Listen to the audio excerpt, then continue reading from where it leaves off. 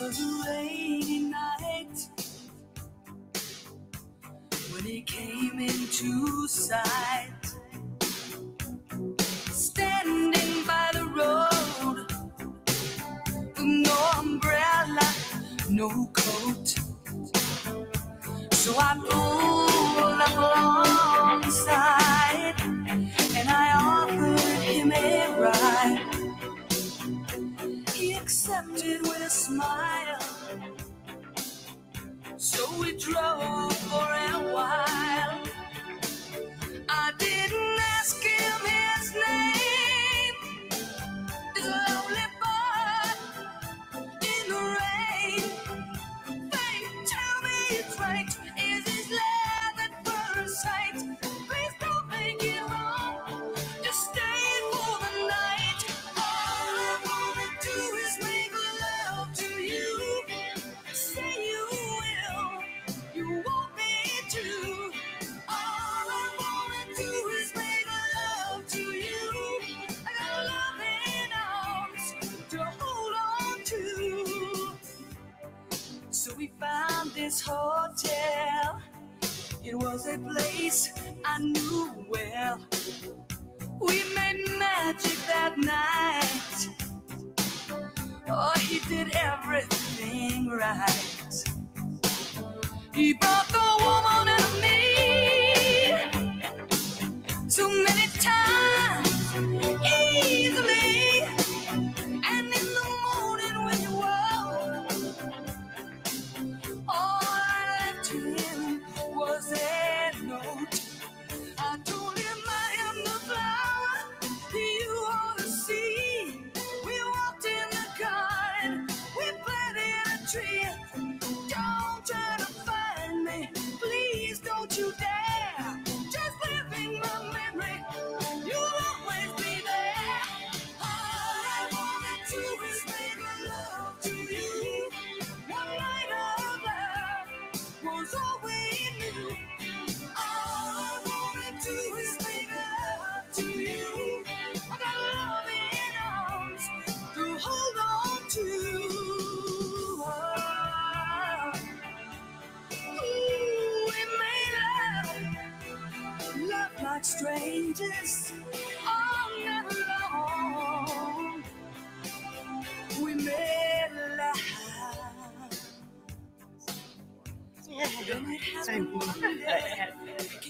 Cue music.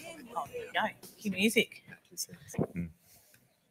Well, welcome everyone. It's a very big space for a small amount of people, but nevertheless. So welcome to this particular session, which is probably one of the most important sessions when we think about the ongoing need to support our First Nations mob in gaining access to housing. So Monique Wiseman from Homelessness New South Wales, and I'm here to facilitate. So I'd like to firstly begin by acknowledging the land on which we meet, the Ngunnawal people, and to pay my respect to elders both past and present and emerging, and to wherever you may be in this incredible country of ours, because I know we're coming also virtually. So the nerves are a little bit, but we will get through it together.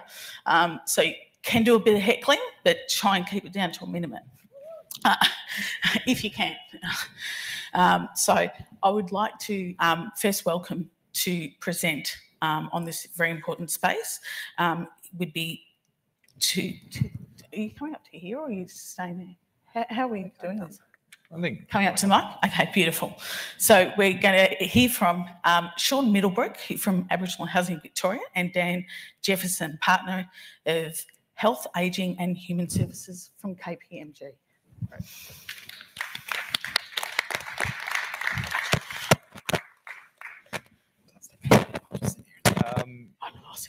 So before I start, I would like to acknowledge that I'm on the land of the Ngunnawal people.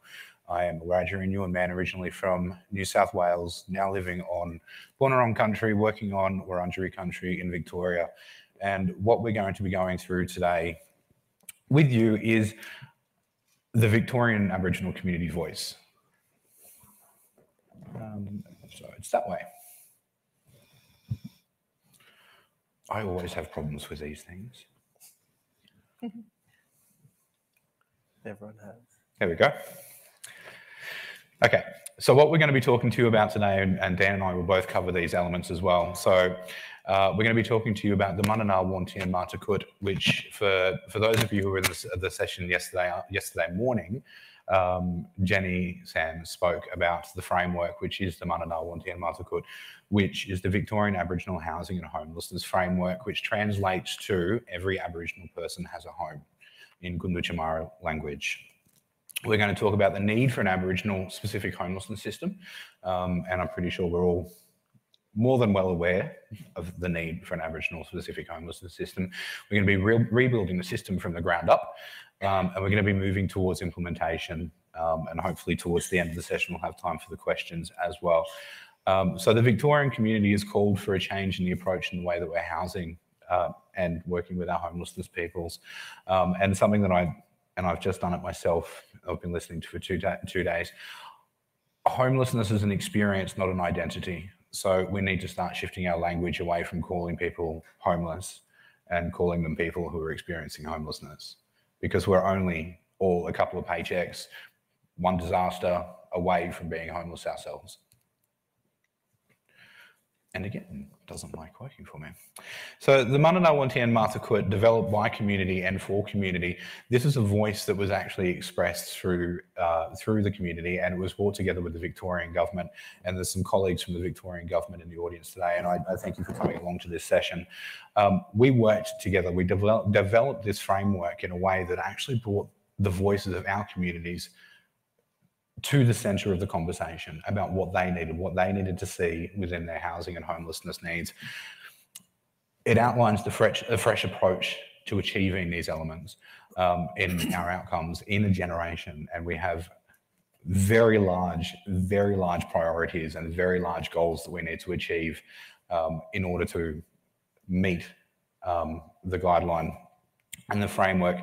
And the work we're discussing today addresses the 5 key focus areas of the Victorian Aboriginal Housing and Homelessness Framework, and it was the co-design for the Aboriginal focused homelessness system from the ground up, ensuring accessibility, providing pathways, which is a huge importance through the homelessness system, and providing and improving long-term outcomes. And I think when we talk about working in this sector, we talk about crisis. We don't think long-term. What do we actually need at the end of this? Let's shift our thinking from the immediate to the future. Otherwise, we're going to be constantly repeating this cycle.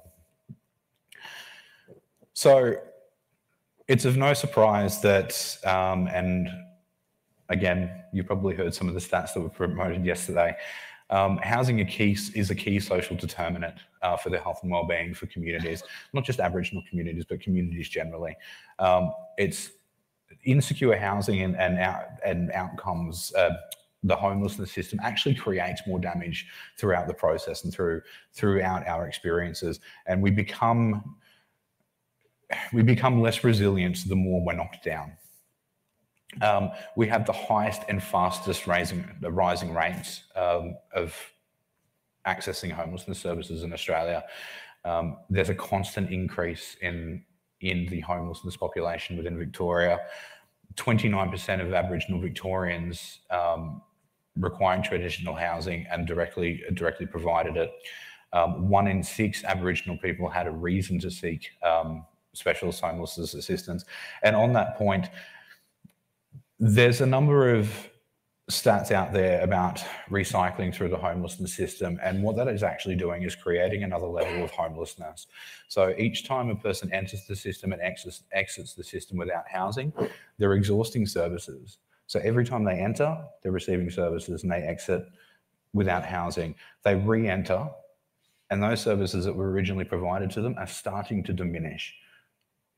So we're actually creating a level of homelessness that's unseen, that has been unseen for many, many years. We're actually creating a system that creates another level of homelessness, and we're going to find it harder and harder if we don't address this now to house people into the future. Fewer than 6% of the Aboriginal Victorians accessed accessed are I can't read that, requiring long-term accommodation directly received, and fewer than 1/3 either received or were referred to such housing. So it goes without saying that the problem is extremely difficult for us, and not just in Victoria, but nationally as well. So the system we're going to talk about is about rebuilding and from the ground up and designing a system that's actually going to work for the communities.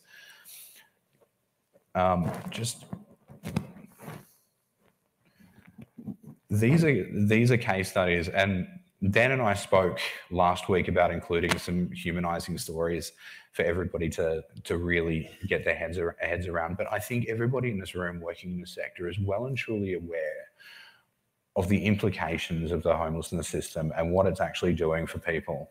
So what we're trying to do is turn these stories around. The difficulty that we're having at the moment is that we're seeing people experiencing these not in isolation, not in small amounts, but we're talking huge numbers have the same stories, and they're going to continue having the same stories if it's not being addressed. And as I said before, we talk about people as homeless people, and we're not talking about them as people experiencing homelessness. It's very much the same here, where the case studies that we see and the data that comes across that our desks, that we know that we're working with people who are experiencing homelessness, we're not really humanizing them. We're seeing them as numbers. We're seeing them as figures. These are people. These are community members. They could be your community. They could be your parents. They could be your sisters, brothers. They could be any of these people. So let's start humanizing this experience as opposed to just calling the numbers on a page. Otherwise, we're not going to get to the end point. So through this process and through these conversations and through the case studies and the consultations that we've done, we have discovered that 3 in 4 Aboriginal Victorians presenting to specialist homelessness services over the past year had been in the system before. Now, not news, nothing that we didn't know before. What we did discover, and you'll see up on the screen there, housing stock. I remember hearing someone, and I wish I knew had actually said this, the housing first principle. In order to have housing first, you've got to have housing first. So I've taken that everywhere I go. I do want to focus on a couple of key points here. Cultural safety, hugely important. People entering the system need to be safe, need to be culturally safe, and need to have support through that system. We have the self-determination element of this. And again, it's one of these questions that needs to be raised continuously when we talk about working with Aboriginal people. What does self-determination mean? And it's a philosophical question, because I think what self-determination was 15 years ago is not self-determination now. We're in a position now as an Aboriginal community to identify what self-determination means to us, and rather than protesting self-determination, where we have the power and shared responsibility to negotiate with government departments, with funders, with other service providers, with mainstream homelessness services. We're in a position now to actually have the power to affect change. I take it back to closing the gap. And something that I've been thinking about over the past couple of days, and the best part about presenting on the second day is that you get to hear all the conversations about where we're at.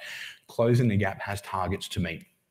The only way closing the gap is going to meet those targets is with us. So we share the power in this situation. We get to have those conversations, and we get to build these services from the ground up, because we are the best people to support our communities. The weak pathways is another one. Now, there has been some information coming out. We'll speak about that later as well. But that was one of the key access issues that we had. The access to the homelessness system for people is difficult, and it's not visible. And you're not sure what you're going to get. And what we call language matters. If we're calling it an entry point, or we're calling it a front door, we're calling it whatever we need to start deeply thinking about what that actually represents to Aboriginal communities. And many of you have probably heard me say this before. I disagree with the term transitional housing because it implies no security. We need to think about the homelessness system in the same lens. We need to start thinking about the way that we're actually approaching these things. So we're actually in system in a home, and not just putting them in a home, with support mechanisms to make sure that they're being supported through that. And I've heard a couple of speakers talk about the continuation of support throughout their tenancies as well. That's important. It's not something that we should just be thinking about as an afterthought. We're not going to get long-term secure housing for people unless we're providing that continual support to make sure that it goes through. And it's varied. If a person doesn't want support, then they don't need support. If a person wants support for 6 weeks, 6 months, 12 years, that's the level of support. It's about self-determination and them making the decisions about how they're going to be approaching their system. So I'm going to stop talking now.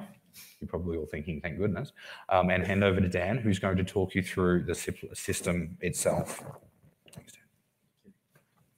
Thanks very much, Shaun. I'd first like to just acknowledge what a privilege it is to be asked to speak today, and acknowledge that I'm speaking to you on Aboriginal land. Canberra is a city laden with concrete, and underneath that concrete, it is Aboriginal land, always was, always will be. And I'm very proud to have been an ally of Aboriginal communities in Victoria since I moved here more than 16 years ago.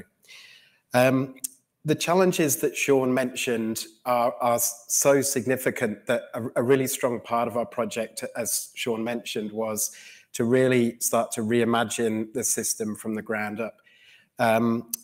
Not just trying to deal with each of the challenges and problems that were mentioned on the last slide individually, but thinking about this as a genuinely systemic response where no stone was left unturned in thinking about, with community, what different elements might be needed into the future. And also not disregarding the fact that, to state the obvious, there is a mainstream homelessness system as well that also needs to change in parallel with building an Aboriginal specific homelessness system. So I just wanted to acknowledge, like Shaun, the fact that really the building blocks for this discussion was a great collaboration and partnership with ACOs, with Homes Victoria, and most importantly, with people experiencing homelessness themselves. So Arilla Indigenous Consulting worked very strongly as part of this project to talk to people in the situations that were described earlier on the slide, real people who have been through various iterations of trying to access support and help through the homelessness system to varying degrees of success. Just move on.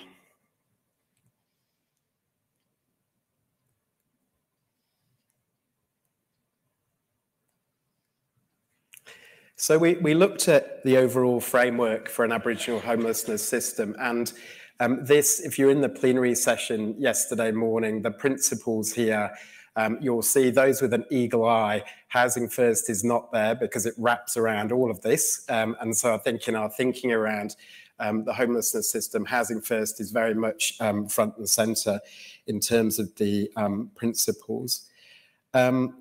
Most importantly, the objective or the vision overall is that every Aboriginal person has a home.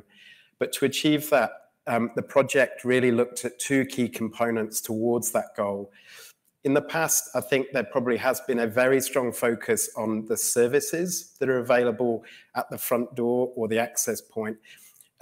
To the people involved in the project, that would have left us with quite a transactional and a short-term set of outcomes. So as part of the project, we looked just as importantly at the system that wraps around those services to make sure that if there are new front doors or open access points, that all agencies behind those front door services are working as part of a network and part of a system, and that the system learns and improves as it goes forward. And really fundamentally that workers are supported as well in the roles that they do, which are vitally important. So really thinking about services, the system, not just the people coming through the system, but the workforce that has to interact with them as well to provide that connection, the human connection, a culturally appropriate connection at all points. It also means, as I said earlier, a piece of reflection, and this is why it's so important to have representation from Homes Victoria as part of the discussion about what does this mean for mainstream services in terms of cultural appropriateness going forward as well. So I'm just going to turn to service arrangements and then that broader system in turn. For services, we work to design what that might look like for people accessing the system going forward. And firstly, pointing out that it would mean people being screened and directed to a culturally safe access point wherever they presented in the system. It means that at the open access point that they'd be referred to, that they can access culturally safe services. And it also means, critically, that mainstream services would be encouraged to mirror the activities and processes of the emerging Aboriginal specific access points, so that if members of the community still chose to be supported through mainstream services, they would see an equivalence of service and cultural support. Housing pathways would be the primary focus in this new system. Ideally, longer-term stable housing, of which there will be more in Victoria into the future, but also potentially shorter-term options if they are appropriate, and taking into account Shaun's point about the badging of transitional or shorter-term accommodation. Supports for people in their accommodation, critically, would be integrated into every person's response.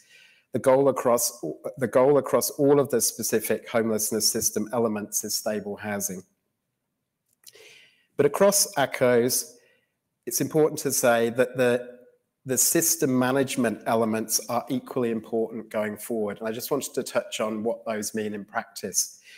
Cultural safety, which Shaun touched on earlier in terms of the challenge, should also be seen as the opportunity to enhance cultural safety across all providers through a framework that applies across the network or system for people experiencing homelessness.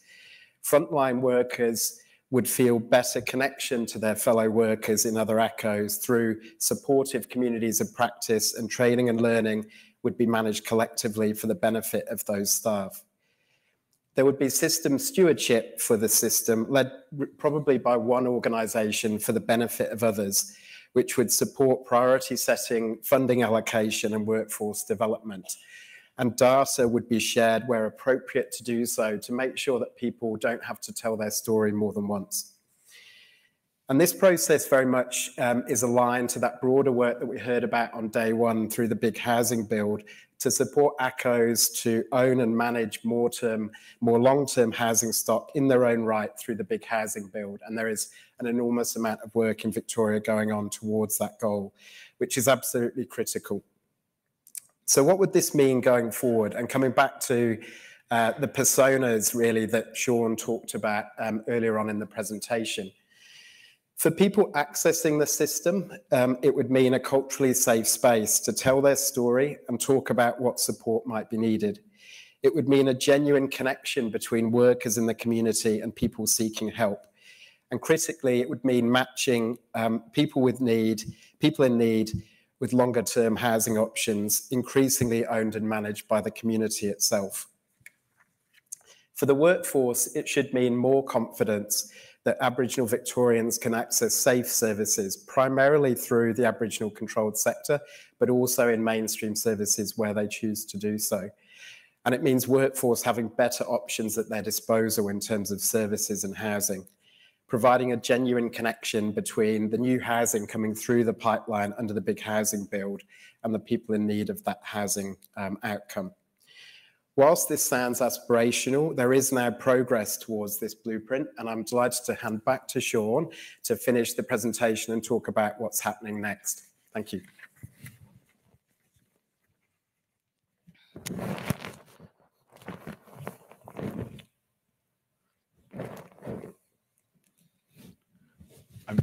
My apologies, the bead's scraping on the microphone, and I can tell it's ruffling through the speakers. So I apologize for that. Thank you, Dan. And I just wanted to make a couple of comments before I go through the implementation phase as well.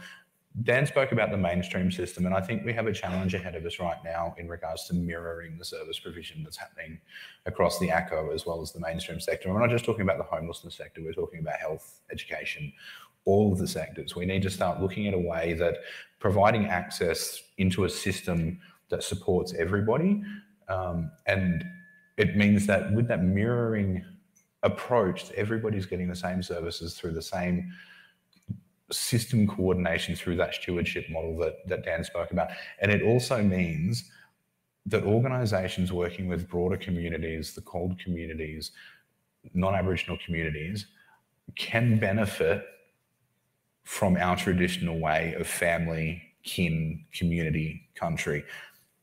That's not a bad thing. We've been doing it for 60,000 plus years, the oldest surviving culture in the world. We've got it. We know how it works. If you want to learn, speak to us. So implementing the recommended on the way forward. Now, as Dan mentioned, there has been some release from the Victorian government, which is phenomenal in way of accessing the homelessness system. And it's this starting point for us to develop this system and build this. So whilst we have that, there's still more to be done. And I think we're all extremely aware that there's always going to be more to be done. So stage one will involve the planning and the business case development, the design work and implementing the system in 2 regions. Now, we're in the process of working with Homes Victoria on how that looks in collaboration with the Aboriginal Housing and Homelessness Forum, which is a collection of ACOs from across Victoria that have come together and have worked collectively to build a governance model around how we implement the Manana, Wanti and Matakut, which will be translated into the blueprint. Stage 2 will involve reviewing the learnings from stage 1. You can't build a system without evaluation. You have to make sure that you're doing the right thing there. And it'll further detail the implementation plan about what key system elements and requirements need to go through that system and what we've missed along the way. We don't have all the answers up front. We're never going to have all the answers up front. This is about giving it a go, being brave and being prepared to fail and pick it up and fix it as we discover what's happening. Stage 3 will involve the ongoing evaluation and implementation and improvement that I mentioned with key system elements, as well as phasing out any scale-head sort of leasing arrangement of properties to support that supply and build. So I'm pretty sure everyone's aware of the big housing build that's happening in Victoria, which is a monumental policy piece and it's a monumental investment into community housing. And I'm going to place a little challenge for those organisations that are here that work in housing and homelessness. Victorian government has committed 10% of all future funding for the Aboriginal Victorians to go towards their support mechanisms and to system reforms. It doesn't stop there. If you're from different states, advocate for that 10% within your own governments.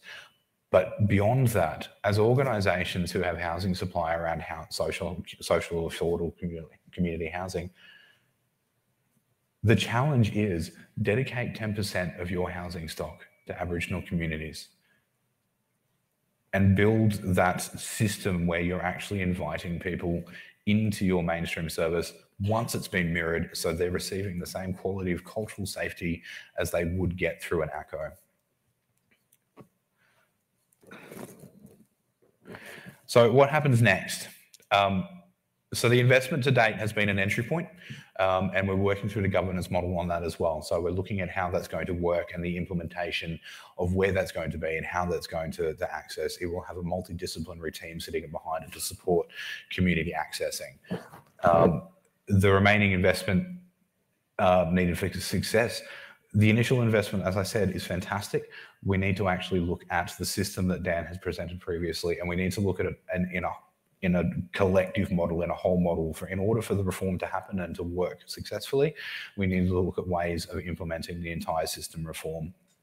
And there's more focus across governments is needed. So Aboriginal housing and homelessness remains an area that needs greater attention. Now, we're not just talking from a housing sector within government departments. We're not just talking about a homelessness sector, we're talking about a multidisciplinary government response to housing and homelessness.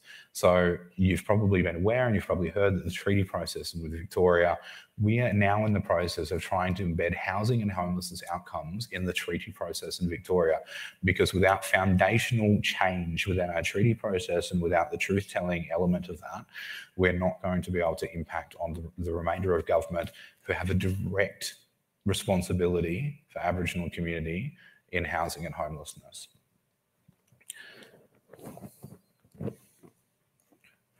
So that's the end of that. But like I said, a couple of challenges.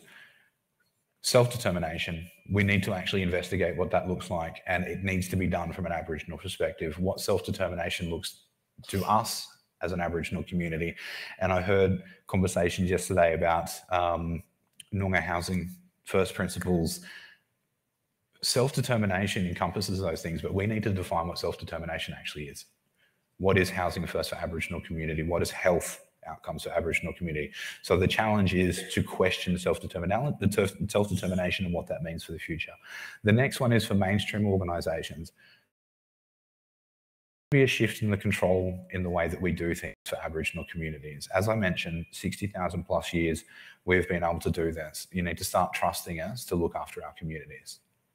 And the final one is it's more of a broader thing. Let's start changing our perception of people experiencing homelessness. Let's collectively look at an Aboriginal person and assume that something bad has happened in their life, that they've experienced something that has resulted in them being homeless. Let's not look at them in a deficit model. If an Aboriginal person and a non-Aboriginal person present with the same issues at a homelessness service, a non-Aboriginal person is going to be provided the services in a way that comes from something must have happened in your life, you must have lost your job, let's help you. An Aboriginal person, and this is terrible to say, and I was going to apologise, but it's truth. An Aboriginal person presenting to that same homelessness services doesn't get the must have lost the job, must have had some sort of life experiences that's resulted in that. They get the must be on alcohol, must be on drugs, there's probably family violence involved. Can we stop that disconnection between how we provide services? Thank you.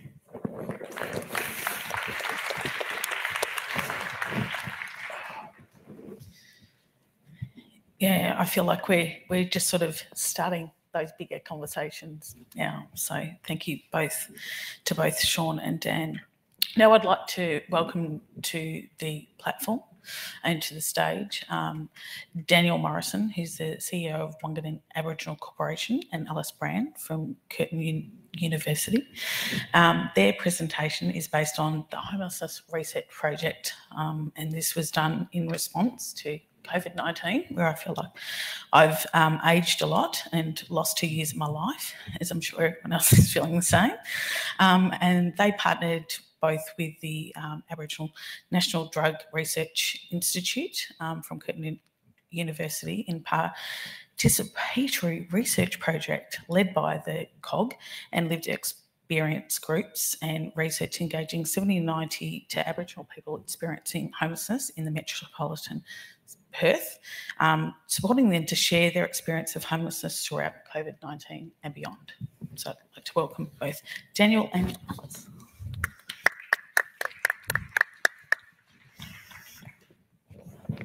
Thank you, everyone.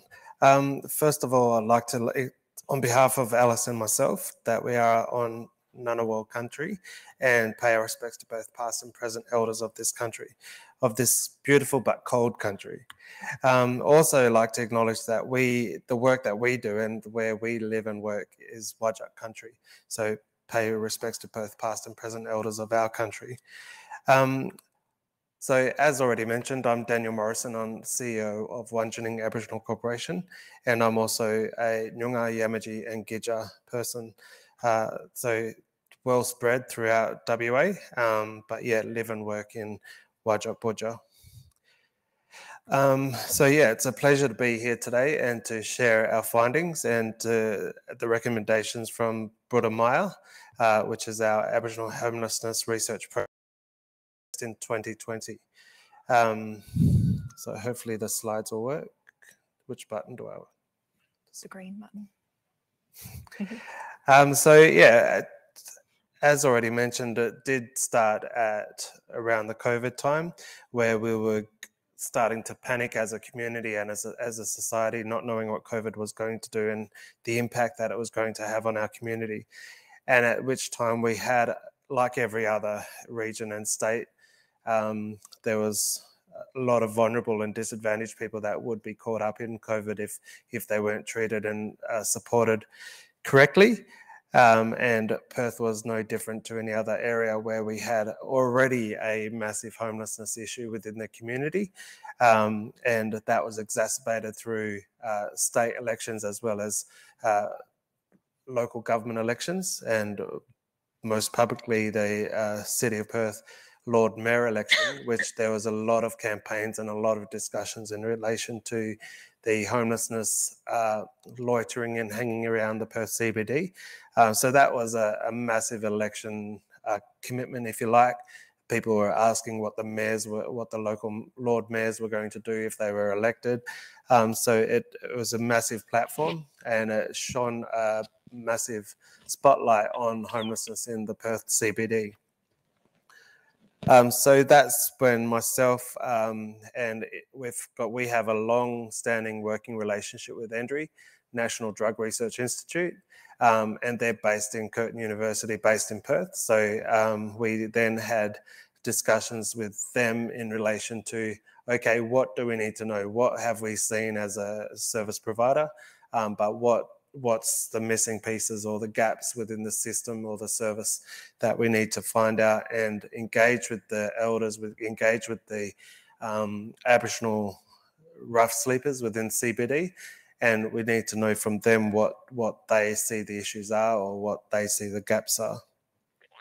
So that's been working well, and the reason why Wungening and ENDRI did partner, one of the main reasons is there's a massive alcohol and other drug issue within the homelessness sector, within the homelessness cohort. As you can imagine, if you're forced to sleep on the streets, particularly in winter, you would rather do that with a glass of wine or a bottle of wine or something to numb the pain and to not feel the cold as much. So there is a lot of AOD within the homelessness cohort that we are wanting to support and work with as well.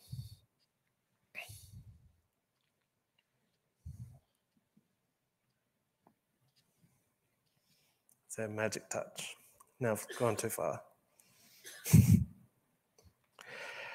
Okay, so the project itself is funded through Lottery West. And they've supported us to progress the project, and to it's a collaboration, as mentioned before, between us and ENDRI. But yeah, specifically engaging and consulting with a number of elders within the community, and up to just over 90 Aboriginal people that are experiencing rough sleeping and homelessness within the Perth CBD, but then also looking at how we could engage people with lived experience that have been there and come out of it and now living in stable accommodation. We've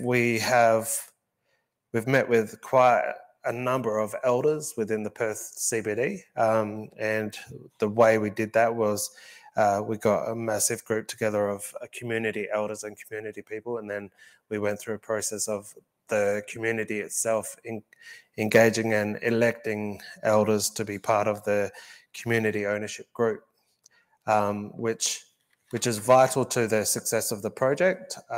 We were able to meet with those elders regularly and hear from them what they want us to do and what us to really see.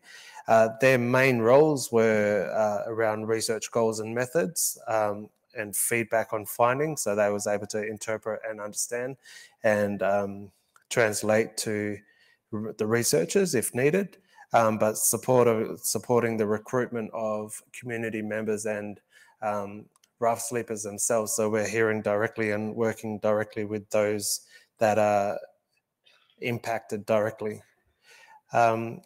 Early lessons so far, we've got desire among the COG and immediate actions and outreach, who are often frustrated with the slower pace of long-term goals of research.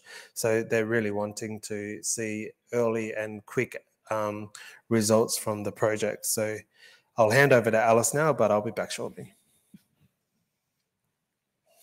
Thanks, Daniel. Just change slide. So methods of engagement that we've been using to meet with the 70 to 90 Aboriginal people experiencing homelessness this year.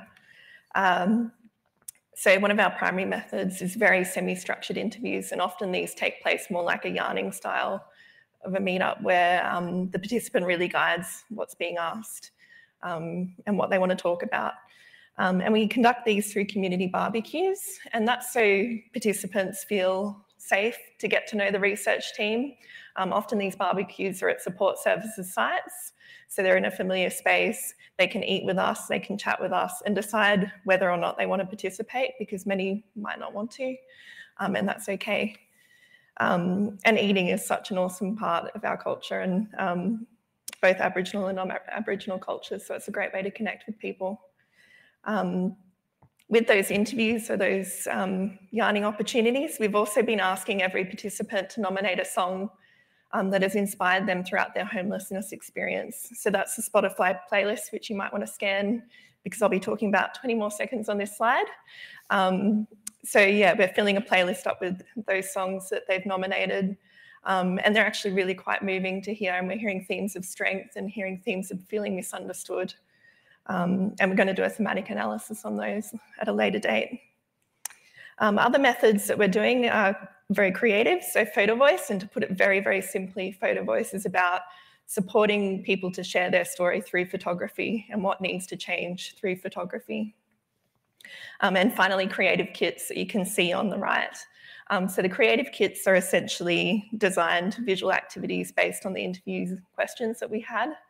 And we're finding that these are popular with people that we might not otherwise be able to reach. So for instance, people in COVID isolation in social housing that we wouldn't be able to meet with otherwise, or women experiencing domestic violence who perhaps don't want to meet directly with the research team and want to keep some anonymity to themselves and their family, but want to take part in research, then the creative kit has been a great way for them to do that.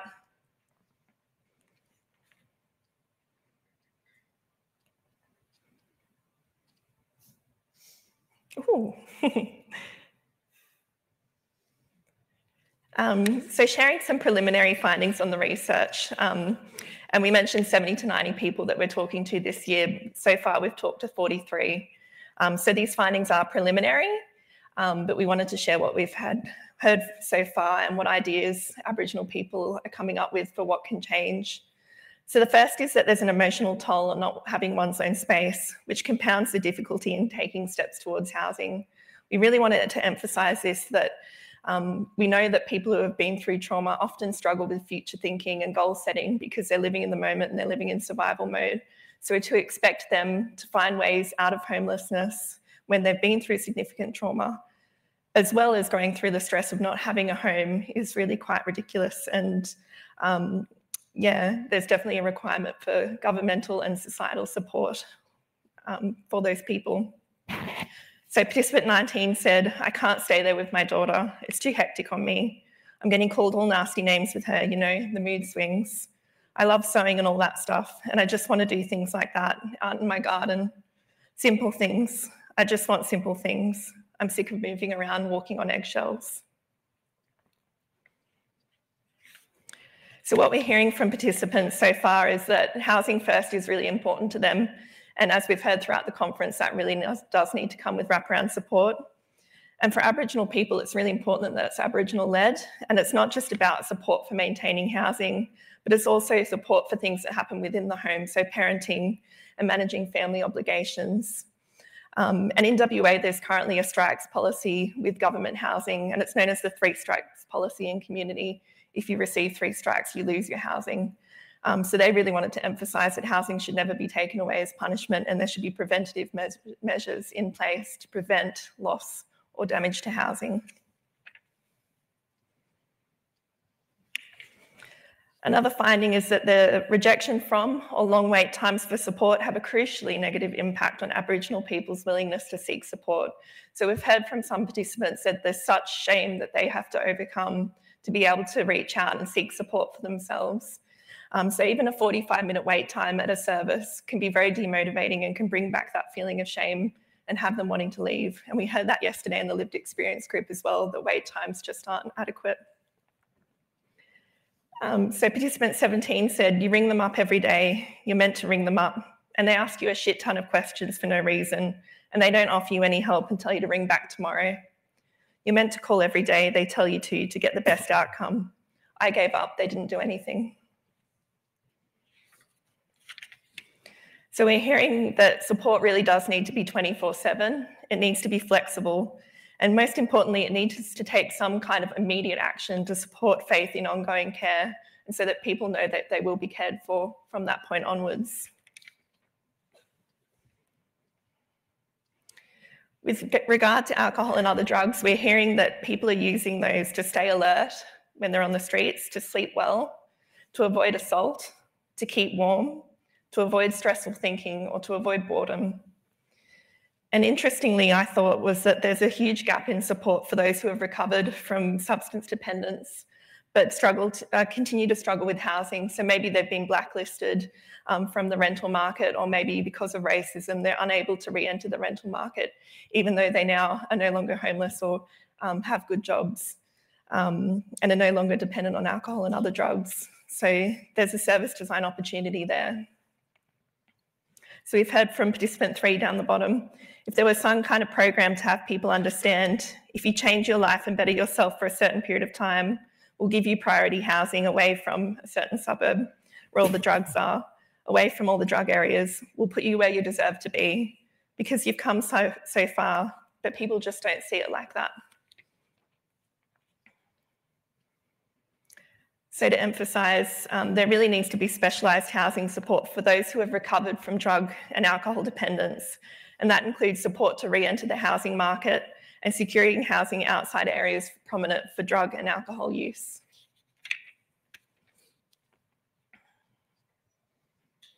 In WA, the social housing provided by the government is provided by Department of Communities Housing Authority. But what we're hearing from participants, all but one participant has referred to that authority as Homes West, which is what it was called between the 1980s and 1999. And that really speaks to us around branding and around what a government department's impact can have on a community, that it can last and have that, that reputation last that long, even though it's been through two renames and rebrands since that time. And when we ask people why they refer to it as Homes West, they say, well, whatever it's called now, what's the difference? So participant 25 said, my mother, she's elderly and she's going through elderly abuse with her son. So she fears calling the police because it goes against her with Homes West. Because they put it on record and they do say, okay, this is too many call outs, and it becomes an issue. So they get scared to call the police for their own protection, but scared of eviction mostly. And that refers back to the 3 strikes policy again.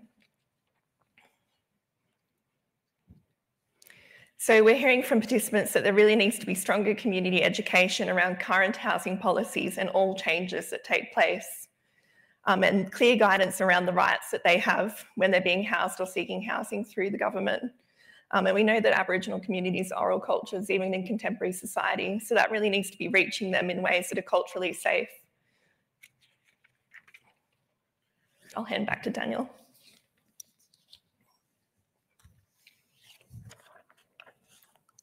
So going back to 2020, there was a lot of talk and a lot of fear in relation to COVID and how it would impact the communities, particularly the vulnerable and disadvantaged communities, such as rough sleepers within our community.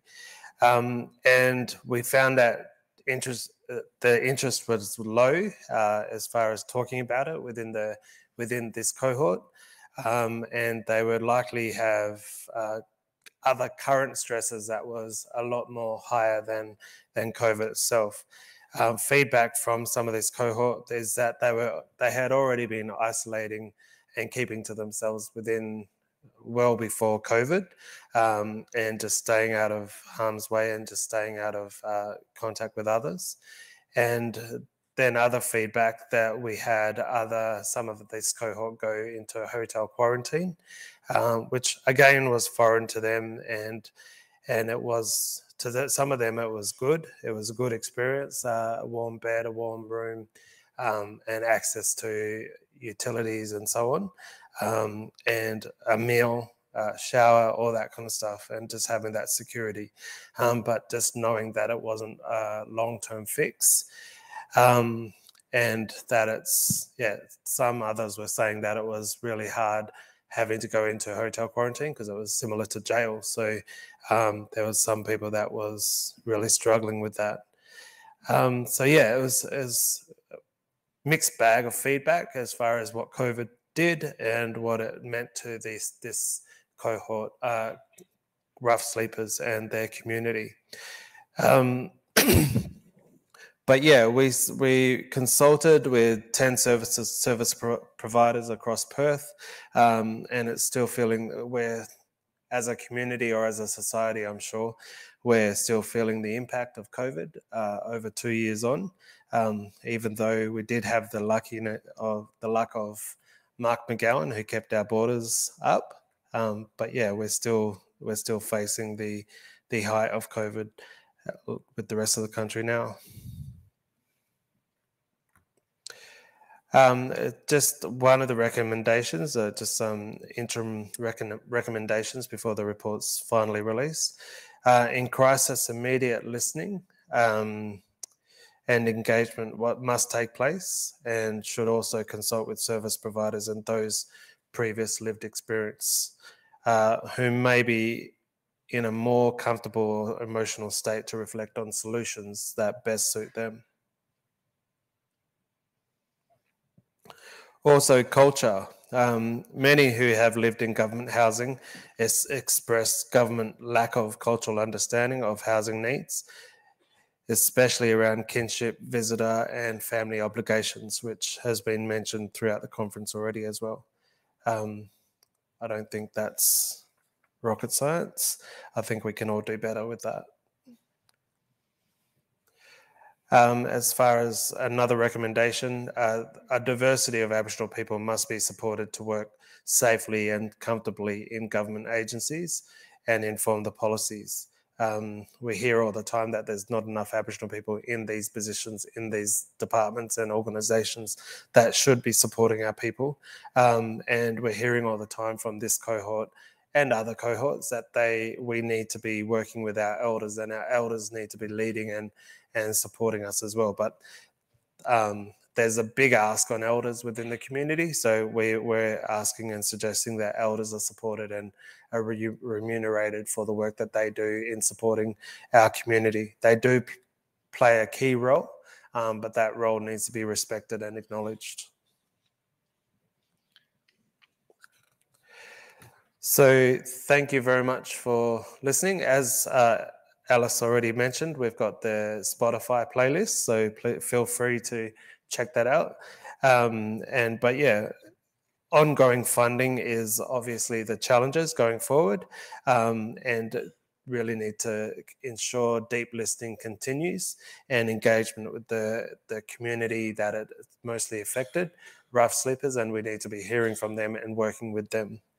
Thank you very much.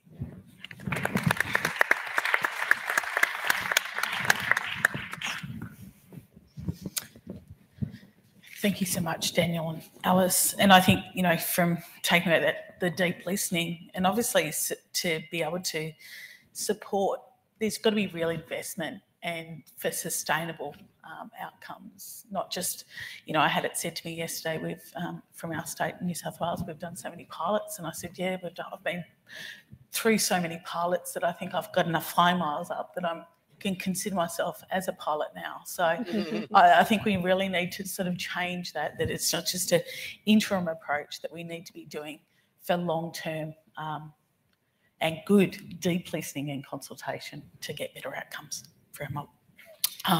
Now I'd like to bring to the mic and to present to you Associate Professor Deidre Tedmenson from the University of South Australia.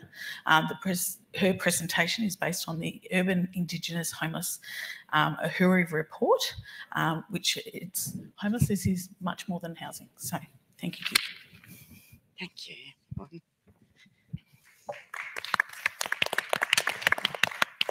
Thanks very much for that, and it's just been inspiring hearing from other speakers. So this is about our research report, which we're really delighted to be able to say has been released this morning. So the work is out there, and I'll go through a little bit about how we went about it and why. But first, I'd very much like to acknowledge the Ngunnawal people, acknowledge that as the traditional custodians of the ACT and surrounding areas, this land that we stand on, and acknowledge elders past, present and emerging. And like others here on the panel, I'd like to acknowledge that we're on land that was never ceded, and this land, until such stage as we have a treaty or treaties across the country, and as well as a voice to Parliament and some structural change, we really are visitors here on stolen land.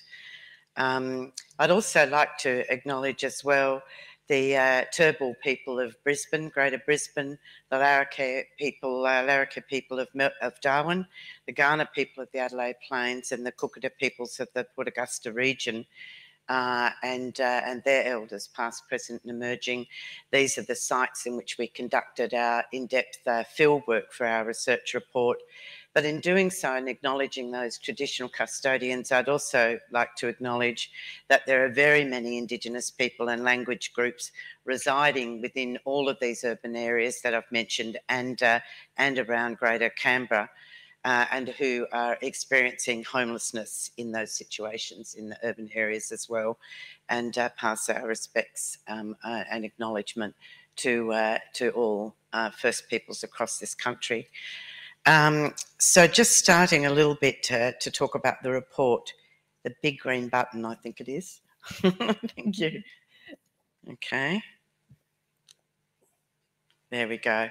That's the cover of our report, and basically, certainly we wanted to present a summary in this report of the experience of human beings. As I think Shaun said at the beginning, this isn't just about statistics and numbers, it is about the lived experience of human beings who are touching the homelessness system.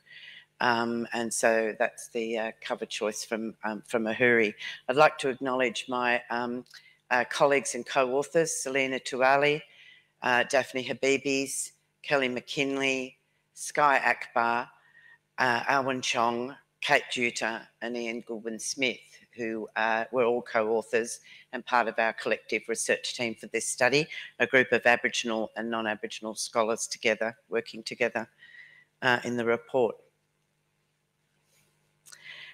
So this research was commissioned by Ahuri, but it was brought together with an understanding that Aboriginal and Torres Strait Islander peoples comprising 3% of Australia's population, yet are 15 times more likely than non-Indigenous peoples to be homeless or at risk of homelessness in this country.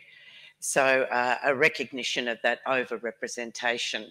But behind that is a very strong and clear recognition that dispossession, racism, profound economic disadvantage and cultural oppression shapes the lived experience of Indigenous Australians today, and that overrepresentation is not based, as others have said, on any notion of deficit, but rather this past history of trauma and disproportionate overrepresentation on all measures of socioeconomic disadvantage nationally, including as people experiencing homelessness in urban settings was our particular focus. So to respond to the challenge of urban Indigenous homelessness, we wanted to deepen our collective understanding of the drivers of homelessness, such as the cultural dispossession, the intergenerational poverty, mobility, and issues that have impacted those for people touching the homelessness system. And as I've just mentioned, it was clearly recognised that there is a structural component to this overrepresentation, and we certainly wish to move away from the deficit model. We also wanted to acknowledge from the outset the increasing prevalence of whole family groups and young children experiencing homelessness as a consequence of the intersection of the complex socioeconomic issues. Also acknowledging a very difficult topic of family violence, community dislocation, and the economic pressures that people find themselves under that escalate into sleeping rough, overcrowding. And certainly we did quite a bit of work in wanting to unpack that term, and also recognising the cyclical nature of homelessness, which I'm just inspired to hear colleagues here talking about interrupting and disrupting. So the report's taken a strength-based approach, focusing on the interplay between Indigenous support services, particularly ACOs, and the homelessness support services, and how integrating and working intersectorally can create more culturally safe responses. Our research questions, based and building on the review work of Long Mehmet and others earlier on, a very foundational piece of work, and intergenerational work of Milligan Phillips and others as well. Quite a lot of literature that we've brought together there. Particularly, these have been housing researchers and Ahuri researchers, very important work that they've done as a foundation, and we were wanting to move beyond that work, but use that as our basis. And with a specific focus on Indigenous families and children, our Ahuri research addressed 4 core research questions. What are the causes, drivers and cultural contextual meanings of homelessness for Indigenous Australians in urban settings experiencing homelessness? What does a culturally safe response or responses to homelessness look like for Indigenous Australians? And how are homelessness, family and child support, health and wellbeing and housing programs targeted, coordinated and operationalised to support Indigenous Australians in these settings? I think the answer is poorly coordinated, and hence the innovative responses being demonstrated here on the panel today. And then finally, how are Indigenous community controlled organisations and governance bodies engaged in the provision of homelessness support? And as I say, inspiring today to hear the work in Victoria that Shaun and Dan have outlined for us. Our methodology was very much acknowledging the diversity of Indigenous experience across the country, and also that the kind of distinctions made by non-Aboriginal people about urban, regional and remote contexts may not be shared by all First Nations people, and may be, in fact, quite contested terms. In addition, the research has been framed in an end homelessness housing first approach, which share obviously also with members of the panel here today, which acknowledges the need for the intersectorial approach to achieving a more holistic service model. So I think there's themes in common, as you can hear. These approaches posit that more than housing is needed to assist vulnerable populations experiencing homelessness or at risk of homelessness. So in that terminology, and I think it's a significant point, and hence the title of our research, that it's about much more than housing. We absolutely are committed to the housing first principle, and we believe that that's the critical missing piece, is the lack of resources for social and public housing and affordable rents and so on. So that is the goal, but we think it is about much more than that. It is about the wraparound support and the intersectorial support and the working with Aboriginal health and wellbeing knowledge, which, as I think it was Shaun mentioned, has been around for thousands and thousands of years, and is operating very well and very strongly in the health sector, and yet seems to be a missing piece about informing culturally relevant responses. So these intersectorial responses really rest on that sort of triad around culture, country and community, that framework that others at this conference, the panel yesterday morning, gave outstanding examples of work happening there that brings those frameworks together in a social and emotional well-being triad, and also works in areas of mental health and family violence, and that these sort of cultural responses need to be brought more firmly to the centre of the kind of support services that are lacking, we argue, are lacking for Aboriginal people experiencing homelessness. We used a multi-methods design approach, and I think some of this can feel a bit dry, but we're certainly feeling very pleased in the report at the level of compilation and consolidation of policy and historical data and literature that's been brought together in the body of the report. We think it's actually an important element and hopefully will be helpful to people in the sector. So we did a desktop review of all research, policy and practice on urban Indigenous homelessness that we could get our hands on. We did quite a bit of in-depth research on international best practice approaches, particularly in Canada, and looked at what was occurring there, both of a housing first nature, but also in terms of some really progressive practices, putting culture at the centre of responsiveness. We also mapped service and stakeholder interactions within our case study sites in some detail, mapping the key institutions and community organisations engaged in homelessness systems, the key governance and community control representations wherever they were, representative bodies, service provision around Indigenous health, welfare and family violence, and youth and child safety and wellbeing. Who were the key stakeholders in each of our jurisdictions that we looked at, developments since past reports that mapped things in those jurisdictions, and models of culturally respectful and relevant service delivery and adaptive sort of service systems where we could locate them.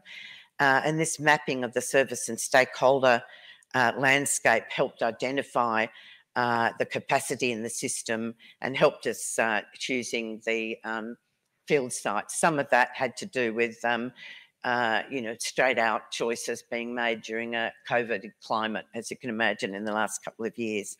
We did extensive qualitative interviews with stakeholders in case study sites to get a more nuanced picture of what was going on, and use national and jurisdiction data. So hopefully that will also be useful, particularly in those case study sites.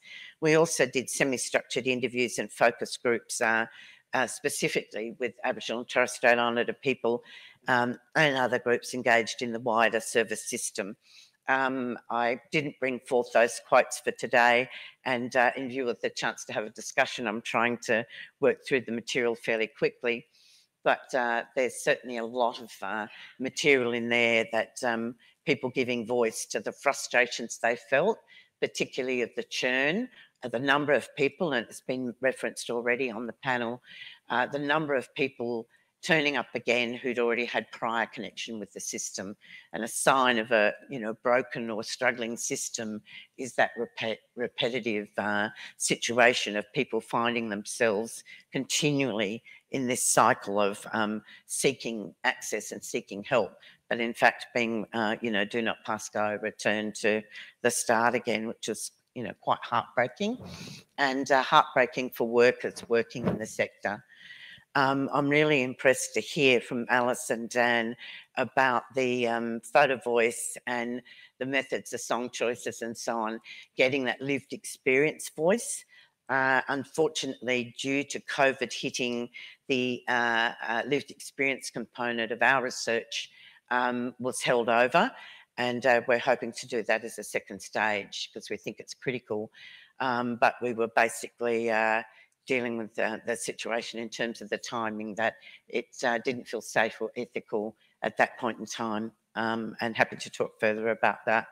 The 4 urban case study sites were Greater Brisbane in Queensland, Greater Darwin in the Territory, Adelaide, South Australia, and then also Port Augusta, a regional urban centre in South Australia, which is a very key node in mobility of people moving from the APY lands, the Anangu Pitjantjatjara, Yankunytjatjara lands in South Australia, moving through Port Augusta, either on the way back or the way to Adelaide, depending on how people were coming. So it was an important urban site, and one where there's already a strong population of people, but also a key one in those mobility areas.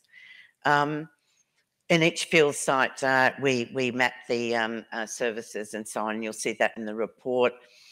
We also looked particularly at service delivery, what was happening, what were the systemic barriers, what was this revolving door of homelessness, what did that constitute? And we also looked at the impact of the NDIS. One of the findings we have is very much about the lack of co-working with NDIS and how critical it is. It was raised at breakfast for those who were present this morning about here we have this massive intervention in the disability support area, which also for physical disabilities, but also in the mental health area, very key in terms of the population of people experiencing homelessness and having contact with the system, and yet very little systemic integration. And we thought it was an important one to have an eye on. The concept of cultural safety, how was that expressed? What did it mean within mainstream services, and what was good practice from Indigenous-led services where that was occurring. Service coordination, how to go about strengthening Indigenous services and also strengthening the Indigenous homelessness sector. Some of those things are being superseded or being enacted and implemented now, and it's absolutely amazing to hear the leaps and bounds with which things are moving forward, including some feedback we've had recently from Queensland, which is moving forward in this space as well. We also mapped ways forward as a part of that process. So policy development options in addressing the questions ended up focusing on 3 key theme areas. Indigenous homelessness is different.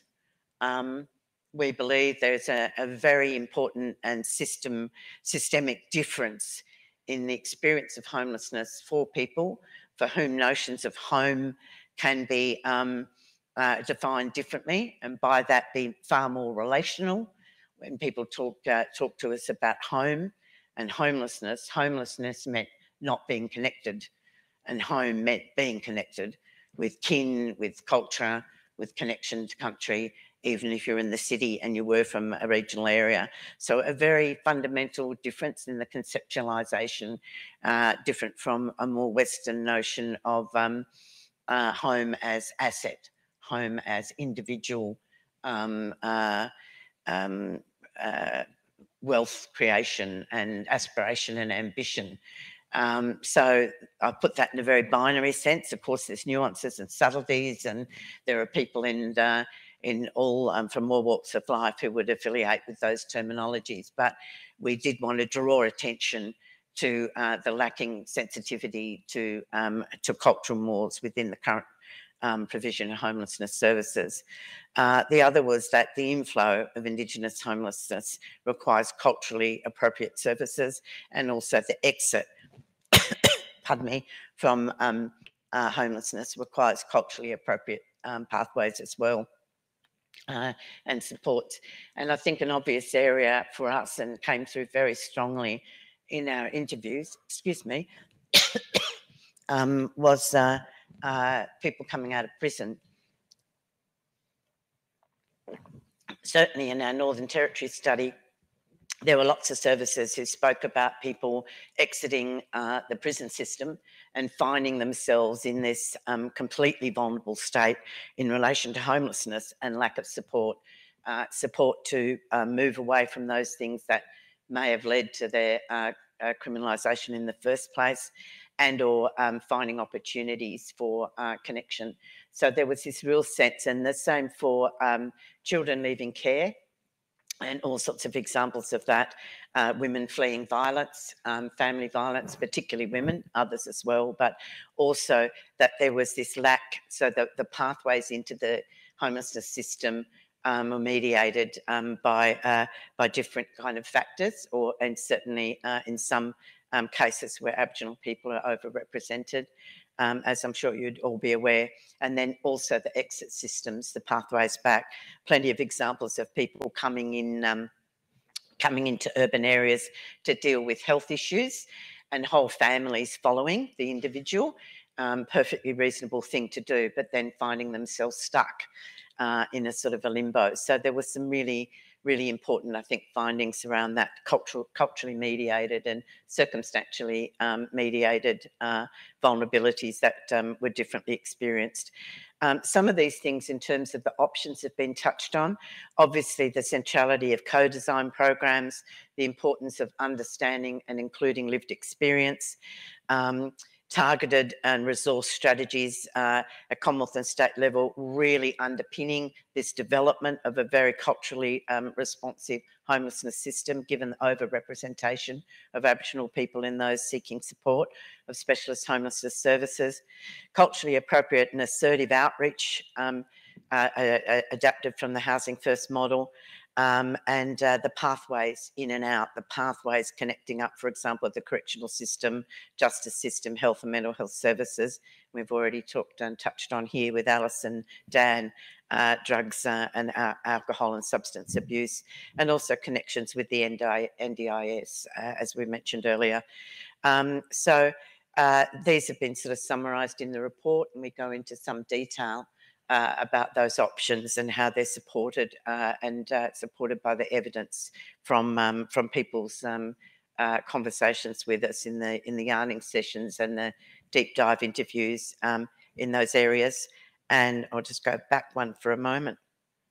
Oh, that's all right. Can't speed read it all anyway, and in view of the time, I'll finish there. But what I would say is, going forward, if we look at the fact that it's estimated over the next 10 years, there'll be another 1 million or so Aboriginal and Torres Strait Islander people added to the population, to that 3% that we said, which is a fantastic trend in terms of a growth of population. Unless we get that system change now, unless we get appropriate culturally mediated support services, Indigenous-led, absolutely governed and directed, if you like, by Indigenous cultural skills and wisdom, I think we're in for a very rocky road as a service system and as a population, and in terms of basic fundamental human rights, to have a healthy, productive and well-connected and respectful situation in terms of people's home. Thank you.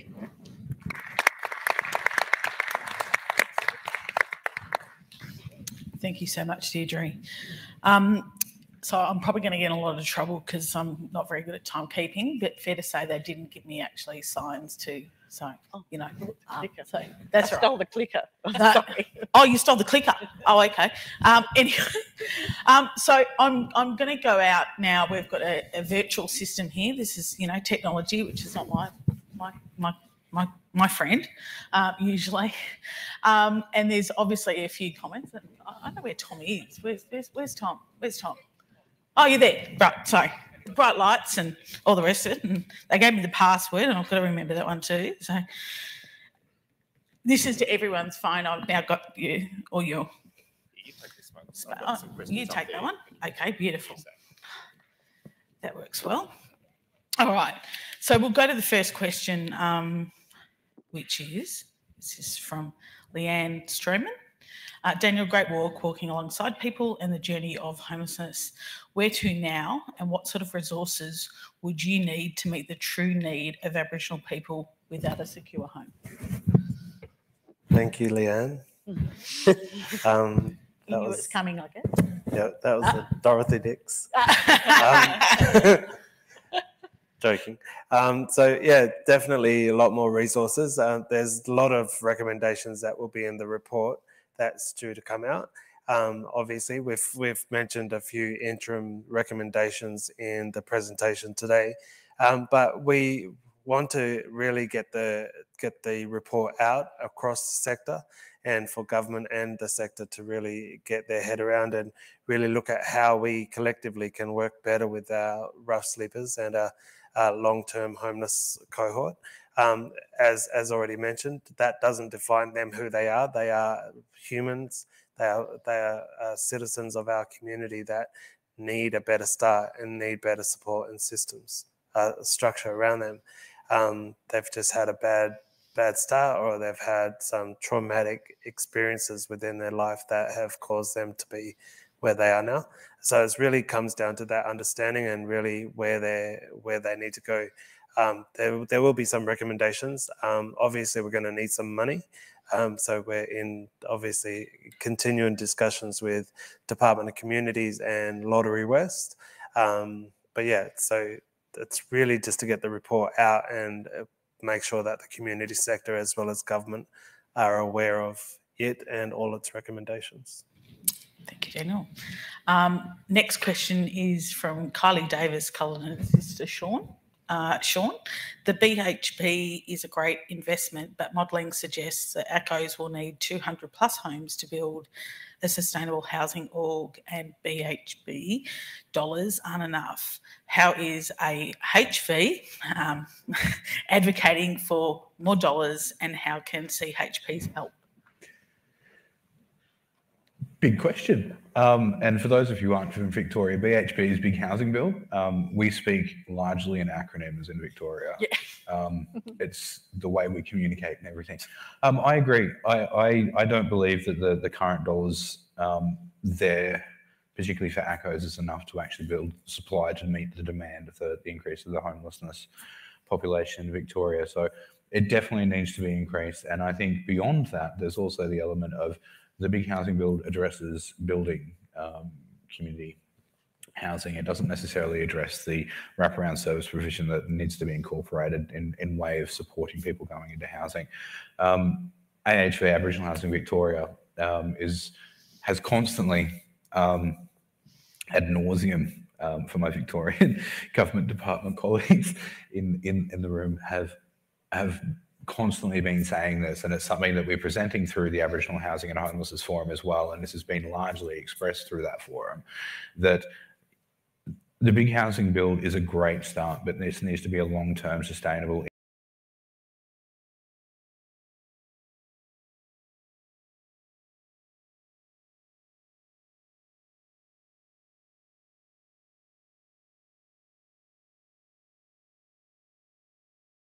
way that we deliver services. So I agree, more dollars need to be invested, more wraparound service providers, provision needs to be incorporated in the way that we build properties. But we also need to, I think, collectively, CHPs and ACOs and the sector broadly need to collectively work together around partnerships and advocating for more dollars to go into the community housing sector. Thank you. Thank you, Shaun. I'm going to go back to Shaun and Dan. So this is a question from Sherry Brunnerhut. Shaun and Dan, what advice do you have for other states and territories to progress Aboriginal specific housing sector agenda? What have been some of the challenges and opportunities? So I'm happy to give Shaun a break and take that one. I mean, I think, as I said in the presentation, what was powerful in the project that we undertook in Victoria was the broad coalition of people involved in the conversation. It felt inclusive, and as sort of frosty as the conversations can sometimes be between sector and government, at least government is there in the room having the conversation, as difficult as it can be. So that's probably the starting point. I think the shaping of solutions, we probably, and I was listening with envy to colleagues in Perth talk about deep listening that was possible during COVID. We were not really able to do as deep a listening process as perhaps we would have liked. I think that, you know, if I can sort of turn the question on its head, I think in Victoria going forward, the deep listening bit has to come in more. almost to compensate for the fact that we were doing a lot of the strategy at the top, more at the top level, you know, so government strategy, AHV, the ACOs themselves really coming together to design what that system might look like. So I think there's a balanced approach that's needed that starts with listening, builds up to involvement of all actors in thinking about the building blocks. The other thing, the last thing I'd probably say, which again is just really repeating the message from earlier, is you can't just look at the services at the front door in isolation. I think for us, a key theme that came through was thinking about the experience as a worker in the system. It's often given very kind of focus. A lot of attention, quite rightly, is on the people experiencing homelessness, but it's a really hard job at the front line, and having the tools and the ability to have a conversation with people coming in a meaningful way needs that sort of design focus in the same way as services and housing, so that people don't leave those jobs, they're supported, they're able to build their skills and improve outcomes through better dialogue together with that better menu of things that sit behind them. And I think with that, it's about sustaining the workforce as well, and making sure that that is absolutely pivotal in getting better outcomes across the board. Just adding on Dan's point too, I think the important part, and some advice I think from an Aboriginal perspective going into the homelessness system reform, be brave. Accept that what you're going to uncover is not going to be pleasant and it's going to make you very uncomfortable. But the only way that we're going to learn as a society, as a community, and as a government department and sector is being uncomfortable. The truth is not a fun thing to see all the time.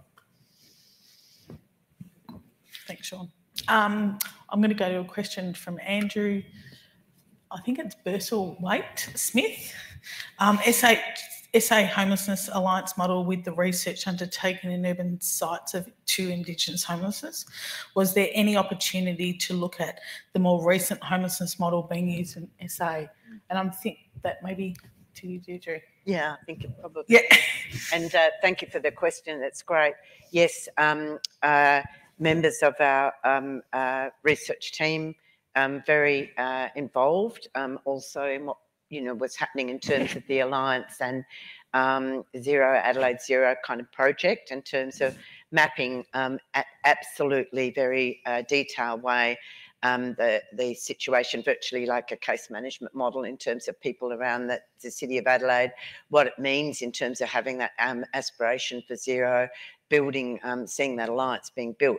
And so some of that is mapped in terms of what is in the report, but not fully. I think it's still a bit early in terms of the new model, and given the change of the state government quite recently, there's still a lot of I guess, water to be had under the bridge with that. So, yeah, partly mapped. It did come into the timing of our research, but not fully. And I think things are moving ahead really rapidly. And, just really interested to see what the new current government, so far all the noises are terrific, but it'd be nice to see the resources mapping it.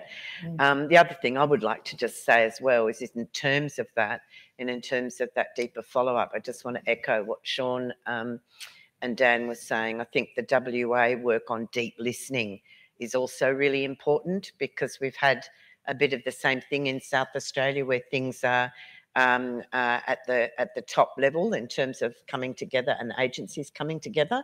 And I think that lived experience voice of Indigenous people from ground up, and the sort of leadership that's being shown in WA, the way you're doing that research, but also I think in the intent in Victoria, it's a good thing for us to keep in mind that it's not just about the alliance at the system level, even though that's a major focus of our research.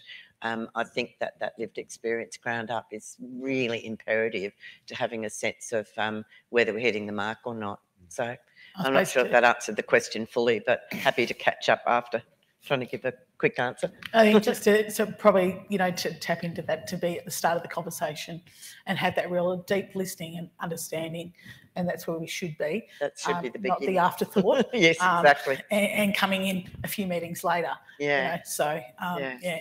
I'm going to just ask for final comments from the stage because timekeeping was never a great thing for me. So I've clearly managed to successfully do that. So, Shaun? I'm getting picked on quite a bit. I think this is a really good session. I think it was really vital to actually hear some of the comments in WA and what's happening in South Australia as well. And I think what's happening now is that we're all on the right path at some level of that path. And I think we just need to be a little bit more collective about our responses to people experiencing homelessness, because this is not isolated per jurisdiction. It's not isolated per community. It's not isolated per region.